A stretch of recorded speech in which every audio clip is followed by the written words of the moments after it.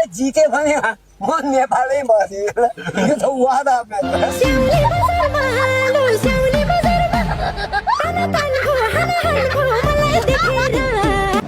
हामी माहौल बुझ्दैछौँ तपाईँको हिसाबले के छ नाम भनिदिनुहोस् मेरो नाम नारायण अर्याल हो म पहिला नेपाली काङ्ग्रेस हो अहिलेसम्म नि हो पहिलेसम्म चाहिँ हो आजको नीतिसम्म हो आज भोट नआउने छैन हो भोट हाल्ने होइन 100%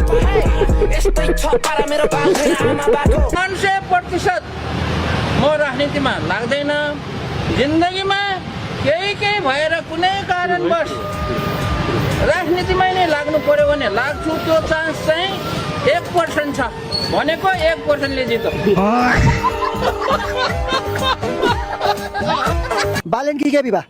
होइन माटो हो नि हर्के ए माटो तपाईँ हर्क साम्बाङबाट बोल्नु हजुर किन हर्क साम्बाङले चाहिँ किन भिजन छ राम्रो के छ भिजन ढुङ्गा बोकाउँछ जिउ दुखेको निको पार्छ नि चुनावमा उठेर के गर्ने भन्नु होला अब चुनावमा उठेर अलिअलि काम गर्ने दिदीमा आइ भने म 3टा मात्रै काम गर्छु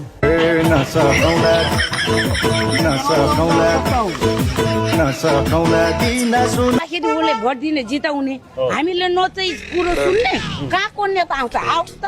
अगाडि त पटङ्ग गालैमा हालिदिन्छु तब भोट हाल्छु